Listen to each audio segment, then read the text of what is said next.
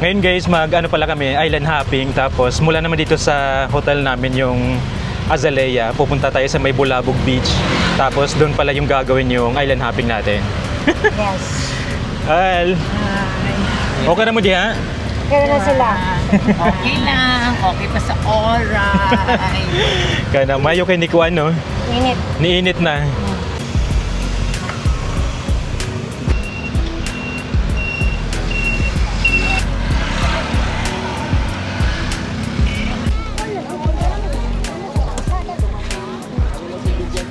Ayong. Vlog. Ayan, maglalakad na. Ngayon guys, nakarating na kami dito. Ayan, ang dami palang tao, ang daming island hopping. Dito na pala yung sa island hopping. So dito na yung mga tao talaga pupunta.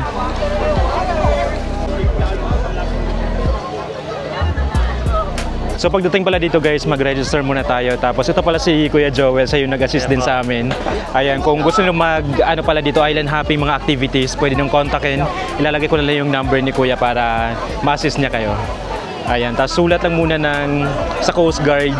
Ganyan daw para makaalis na din tayo. Ayan. Pero Kuya, marami talagang tao, no, ngayon? Actually, sir, konti lang talaga. Konti pa? Oo, konti. Pag marami dito, sir, weekend. Like, weekend talaga, no? Friday. Pag Friday sa Bando, marami talaga. Mas marami talaga. Ayan, buti na lang weekdays. Siksikan dito, sir. Yun nga eh. Tsaka may oras din yung pag-alis ng mga bangka, kaya kailangan maaga tayo dito. Yun, thank you Kuya. Sige po, sir.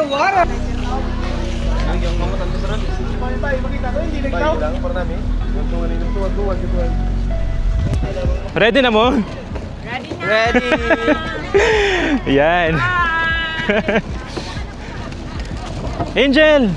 Dali, Bidol! Say hi!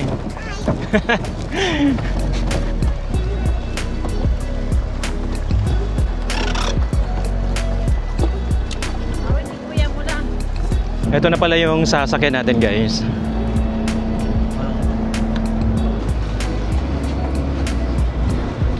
Ayun guys, nakapag life jacket na kami. So ready na. Inaantay na lang na umalis. Wait lang. Diba nice na kayo ang weather. Init na guys.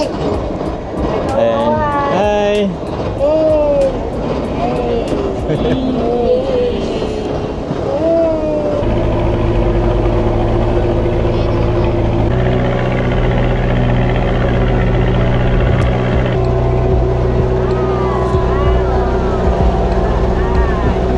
Guys, yan daw yung tinatawag na keyhole. Tapos ano daw yan, land tour.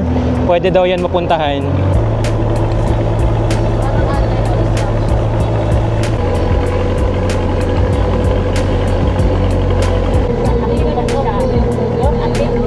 Ngayon guys, nakarating na kami dito at yung hindi na namin napuntahan yung Puka Beach dahil malakas daw yung alon.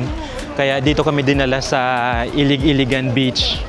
Ayan, so dito naman is marami na din tao. Ayan, tas dito na din yung mga activities na gagawin natin katulad ng crystal kayak. Ganyan, tapos yung snorkeling ata dito na din. Ayan. Okay ka na tayo? Ito na pala yung mga sexy nga kuwan, no? Mga sexy. Si Auntie na muna ang mag-crystal kayak. For today's video. Ready ka na? Ready na. Ayan, sige, enjoy!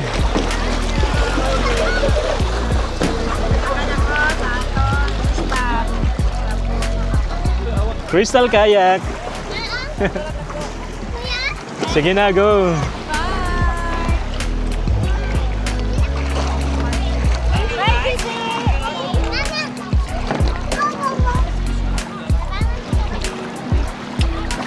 Guys, mag-try na din kami ng crystal kayak. Ayoko na sana kasi ang taba ko. Te! Yes! Model ka, te? Yes, pipicturean nila tayo. Ay, may mga kakarating din.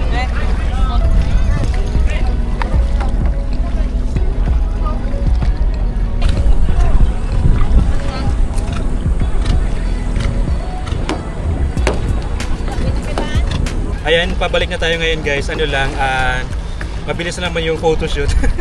May photoshoot tayo dito. Ayan, para sa kayak.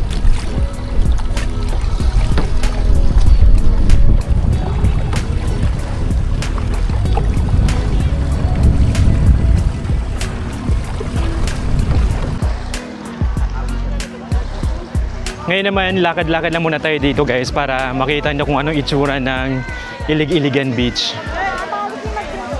Yan, dahil nga hindi pa pwedeng pumunta dun sa Puka Beach kaya nandito yung mga tao ngayon. Ayan. Hi! Ayan, mas madaming tao dito ngayon guys. Oh.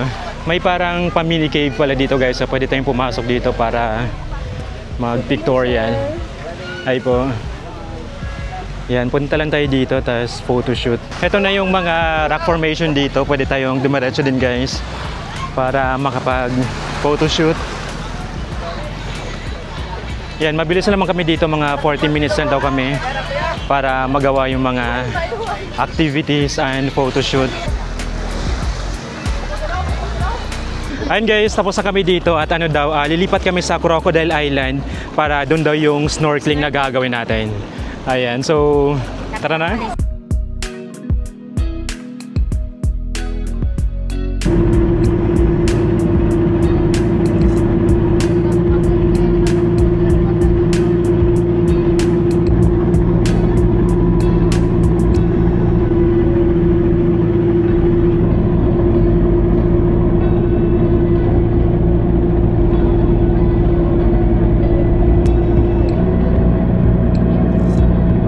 Guys, nakarating na pala kami dito sa Crocodile Island. Ito po yung island ng mga politician. Crocodile Island.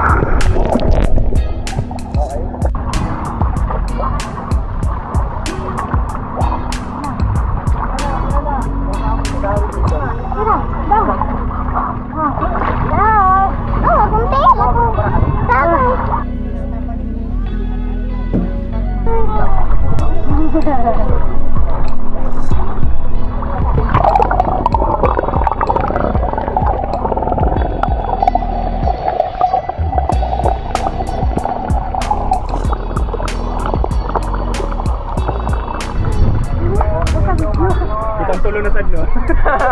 Kitang tulo na po. Itong pag-iangon, di ba? Oo, kita ka po yung tulo yan po. Yes, di mo.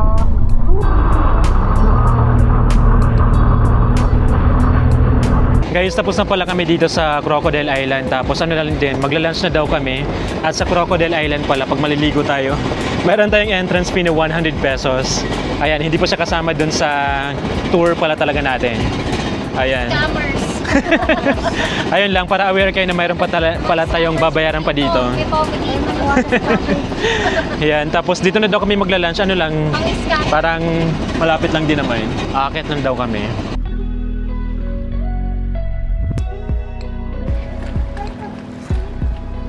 So, diretso na tayo sa kuhan. Mag-lunch na.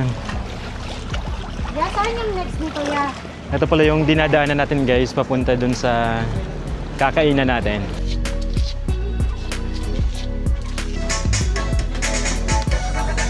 Ito na pala yung food natin guys.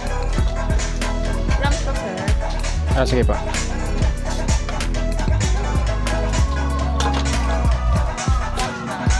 Thank you po. Yan, ito yung kasama dun sa tour natin. Lunch na. Lunchtime. Okay. Lunchtime. Angel. Lunch. Guys, kung saan pala kami kumain dito sa labas, ayan, pwede pa tayong dumiretso dito, tapos may kawa. Pwede tayong mag-picture dito, tapos ano lang din, donation lang yung ibibigay. Ganyan. At pwede pa tayong bumaba pala hanggang dito sa may shoreline. Ayan, tapos dito naman sobrang hangin. Ay, diretso lang tayo dito. Yan, kasi parang gusto ko pang puntahan talaga dito. Ayan, pwede pa tayong dumiretso hanggang pinakadulo. Yan, grabe yung hangin. Ay, lapitan ko lang dito saglit. Isang mabilisang ano lang to. Yan, ganda mag-picture dito.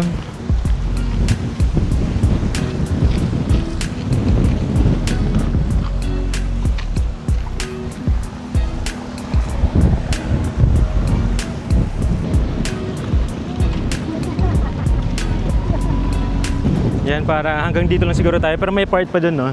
Pero ano na, mga rock formation na. Yan. Lakas ng hangin.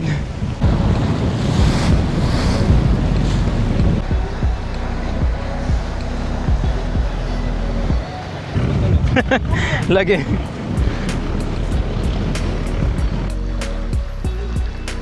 Back to boat na tayo. Ang last destination pala natin guys, ito yung Crystal Cove.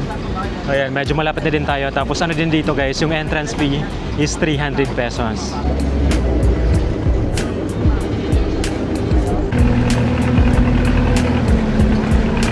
Guys, nakarating na pala kami dito sa may Crystal Cove. Pero yung mga kasama namin, halos lahat hindi na bumaba para mag-picture kasi parang napagod na. Pero yun, ayun, ganito yung itsura dito sa may Crystal Cove. Pero ano to guys, kung dito lang tayo sa labas, wala namang palang entrance fee, pwede tayong mag-picture. Ayan, may nakalagay doon na Crystal Cove. Pero kung gusto niyo pumasok doon, yun yung magbabayad tayo ng entrance fee na 300 pesos. Ayan, pero siguro hanggang dito lang din kami kasi yung mga kasama namin mga pagod na din. Parang ayaw na nilang bumaba. Dito naman pala sa labas ng Crystal Cove guys, pwede tayong mag-swimming din dito. Tapos ganito yung buhangin, oh. Ayan.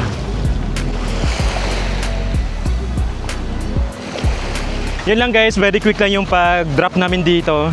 Ito pala sila, hi! Ito po si sir. Super bait po niya. Ayan, thank you po. Taga Bulacan pala sila guys. Lakan po kami. Pakipalo po si sir. Ay, sa mga taga Bulacan. Oo nga, gusto ko din pumunta doon. Maraming mga, doon, mga resort. Ganyan, saka mga ilog, no? Ayan, pupuntahan natin yung Bulacan. So, yun na yung pinaka natin dito, yung pinaka-tour. Black Corp